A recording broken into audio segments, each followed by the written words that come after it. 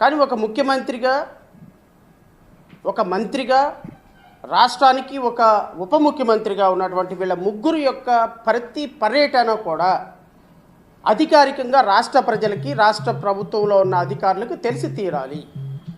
ఇది రాజకీయ పార్టీలుగా మాలాంటి వ్యక్తులు ఖచ్చితంగా విమర్శించేటువంటి అంశమే, అందులో డౌటే లేదు. ఒక ముఖ్యమంత్రి గారు ఎక్కడికి వెళ్తున్నారు? లండన్లో వెళ్తున్నారు. లండన్లో ఎక్కడున్నారు? ఏ హోటల్లో దాక్కున్నారు? ఏ రూముల్లో ఉన్నారు? ఎవరెవరితో మాట్లాడుతున్నారు? హవాలా కుంభకోణం చేస్తున్నారా? రవాణా కుంభకోణం చేస్తున్నారా? ఇవన్నీ మాకు సంబంధం లేదు. వెళ్ళారు. ఇప్పుడు మీరు ప్యారిస్ వెళ్తున్నారు, అదేదో ఊరు వెళ్తున్నారు, లండన్ వెళ్తున్నారు, సింగపూర్ వెళ్తున్నారు. అక్కడికి వెళ్ళిపోయి మీరు పెట్టుబడులు తీసుకురావడానికి వెళ్తున్నారా?